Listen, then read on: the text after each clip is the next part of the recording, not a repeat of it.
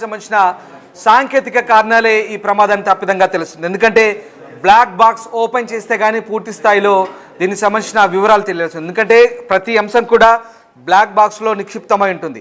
Flight air traffic control centre ఎప్పుడైతే ఆధీనంలోకి వచ్చిన తర్వాత ఫ్లైట్ టేకాఫ్ తీసుకునే ముందు బయలుదేరే ముందు కొద్ది నిమిషాల ముందు అంటే పూర్తిగా సరి చేసుకుంటారు, సాంకేతిక అంశాలను సరి చేసుకుంటారు. ఎప్పుడైతే క్యాబిన్లో కూర్చున్న తర్వాత పైలట్ కానీ కో పైలట్ కానీ ఈ ఇద్దరికి కూడా మంచి హిస్టరీ ఉంది. ఇద్దరు కూడా అంతర్జాతీయ విమానాలను గంటల తరబడి నడిపిన వాళ్ళు. దాదాపు ఒకరు 8,200 గంటలు నడిపిన వ్యక్తి, ఒక ఆయన దాదాపు 1,100 గంటలు నడిపిన వ్యక్తి. ఈ ఇద్దరికి కూడా మంచి అనుభవం ఉంది. ఇద్దరికి కూడా ఎలాంటి రికార్డ్ ట్రాక్లో ఎలాంటి తప్పిదాలు లేవు. అండ్ మోర్ ఓవర్ ఇక్కడ ప్రమాదానికి సంబంధించి కనుక ఒకసారి ఆలోచిస్తే కనుక ఖచ్చితంగా ఇంజన్లో ఏదైనా లోపాలు ఉన్నాయా లేదా ఇతరత్ర సాంకేతిక అంశాలు ఉన్నాయా, ఇలాంటి అంశాలు ఇంకా పూర్తి స్థాయిలో దర్యాప్తులో వెల్లడే అవకాశం కనిపిస్తుంది. ప్రస్తుతానికైతే పూర్తి స్థాయిలో సహాయక చర్యల మీదే దృష్టి పెట్టింది ప్రభుత్వం. ఎందుకంటే బహుశా వీలైనంత మందిని బతికించే ప్రయత్నం చేద్దామనుకుంటున్నారు. అక్కడన్న ప్రమాద తీవ్రత దృష్ట్యా ఎంతమంది బతికారు, ఎంతమంది పోయారనేది మనకు ఇంకా తెలియాల్సి ఉంది. కానీ ఆ క్షతగాత్రులు స్థానికంగా ఉన్నటువంటి సివిల్ ఆసుపత్రికి అయితే తరలించే పనిలో ఉన్నారు. ప్రస్తుతానికి రెస్క్యూ మీదే కంప్లీట్గా ఫోకస్ చేసినట్టుగా కనబడుతుంది.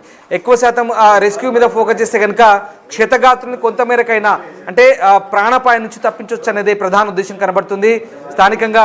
అయితే ఒక 20 మంది డాక్టర్లు చనిపోయారనే అంశానికి సంబంధించి కూడా ఇంకా నిర్ధారణ కావాల్సిన పరిస్థితి కనబడుతుంది. ఒకసారి స్థానికంగా చాలామంది గుమికూడారు.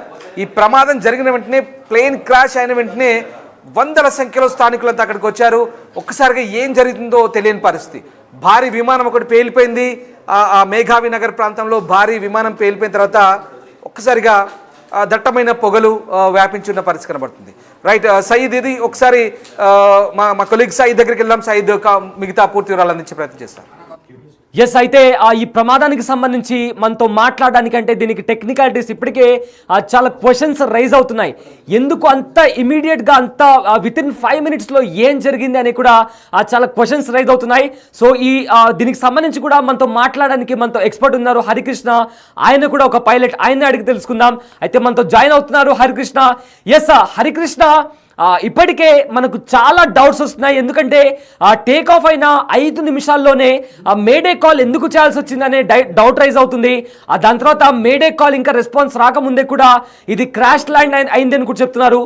సో మొత్తం మీద ఈ టెక్నికాలిటీస్కి సంబంధించి, ప్రమాదానికి సంబంధించి ఏమై ఉండొచ్చు? So what is your opinion?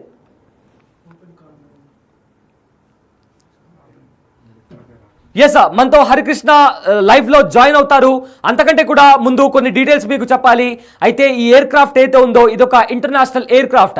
So ఇప్పుడు ప్రజెంట్ వస్తున్న డౌట్, కూల్ చేశారనే క్వశ్చన్ మార్క్ ఎందుకు వస్తుంది అంటే ద మెయిన్ రీజన్ ఈజ్ ఇదొక ఇంటర్నేషనల్ ఫ్లైట్, ఎయిర్ ఇండియాకి సంబంధించిన ఇంటర్నేషనల్ ఫ్లైట్. అయితే ఈవెన్ ఒక చిన్న డొమెస్టిక్ ఫ్లైట్ టేక్ ఆఫ్ అవుతుందంటే ఎన్నో చెక్స్ చేస్తారు.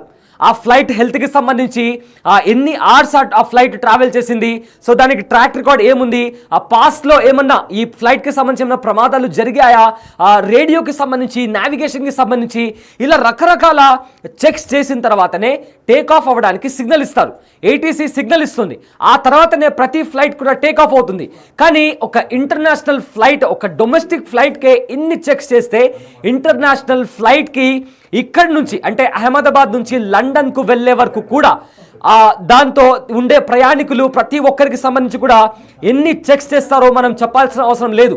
సో అలాంటి ఒక ఇంటర్నేషనల్ ఫ్లైట్ టేక్ ఆఫ్ అయిన కొద్ది నిమిషాల్లో క్రాష్ ల్యాండ్ అయ్యిందంటే నిజంగా ఏదో కాస్త సస్పీషియస్గా కనిపిస్తుంది, కాస్త విచిత్రంగా అనిపిస్తుందంటూ కూడా ఇది మేం కాదు, ఏకంగా విమానయాన శాఖ కూడా ఈ క్వశ్చన్స్ని రైజ్ చేస్తుంది.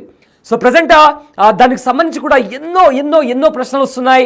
సో వాటన్నిటికీ కూడా సమాధానం రావాలంటే బ్లాక్ బాక్స్ అనేది కూడా బయటికి రావాల్సి ఉంది. అయితే బ్లాక్ బాక్స్ బయటకు వచ్చిన తర్వాత ఎగ్జాక్ట్గా ఈ ప్రమాదానికి గల కారణాలు ఏమై ఉండొచ్చని కూడా తెలిసే అవకాశం ఉంది. అయితే దీనికి సంబంధించి కూడా మనతో మాట్లాడడానికి ఎక్స్పర్ట్ జాయిన్ అవుతున్నారు.